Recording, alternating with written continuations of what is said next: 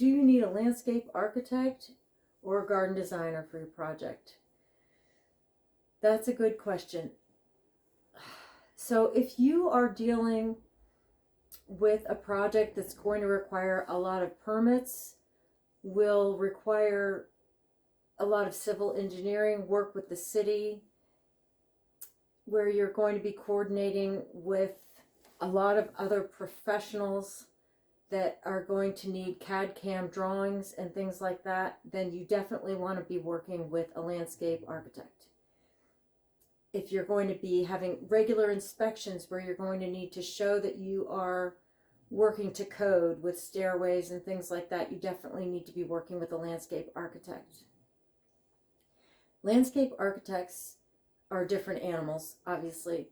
A garden designer will often be a person who has a certification in landscape design or is a master gardener, but they may also bring with them other schooling. They may be an artist, they may have a business degree, but they have a particular love of plantings and of plant combinations. They come usually with a background in horticulture or a love of plants. Landscape architects spend typically about 6 weeks in plants and are often working for big firms that are doing large projects, large scale projects, where while plants are included, the hardscape may be much more a large part of the projects that they're involved in, and the plants are a smaller portion of it. So while they spend a small part of their schooling in plants, they may not have a love affair with plants and plant combinations, and so they may not be as aware of the latest cultivars.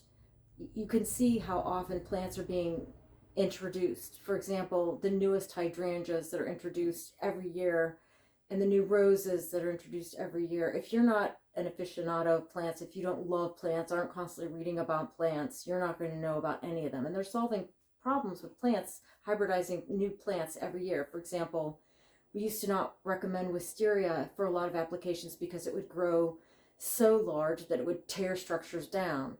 Well, obviously the plant breeders wanted to solve that for us, so they now created a wisteria, many wisterias actually, that grow to 9 feet and then stop growing, so that we can now have them on pergolas and not have that issue. This may be something that a landscape architect may not be aware of because they are worried about more serious other architectural issues. And so these latest varieties may not be at the top of their radar. So, and a garden designer, conversely, may not understand the latest requirements for codes for the stair tread of your steps. I hope that helps.